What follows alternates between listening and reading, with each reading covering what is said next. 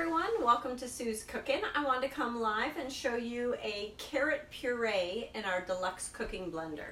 Now remember, if you're not familiar with this, this is the cooking blender that uses not friction, but it uses the heating element in the base here to cook your food. So you can do jellies and jams, you can do nut butters, you can do almond milk, etc. So in this section here, there is a heating element. This is glass, not plastic. And a heated puree, you can do broccoli or carrots or other things you're going to use. 2.5 cups of chunked carrots. You're going to use 2/3 of a cup of water, and you'll notice that I'm using our measure-all cup. So blue reads liquids, and red, when you push down the center, red here, oh gosh, this one's new, you can tell it's nice and tight, oh my goodness, will read your solids. Here we go.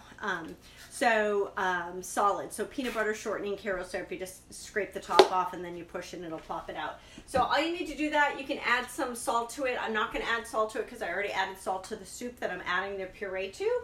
Just put the cover on it and turn it onto the heated puree setting. And it's going to cook, blend, and then it'll be ready to roll. And when it's all done, I'll have this nice smooth carrot puree. I can do broccoli and other things, and then I'm going to add it to my cauliflower soup that I made the other day. So I'll take a picture, I'll show you what it all looks like. Thanks for watching Sue's Cooking. I'll see you guys all online. Hi Jody, hi Crystal. Good to see you guys.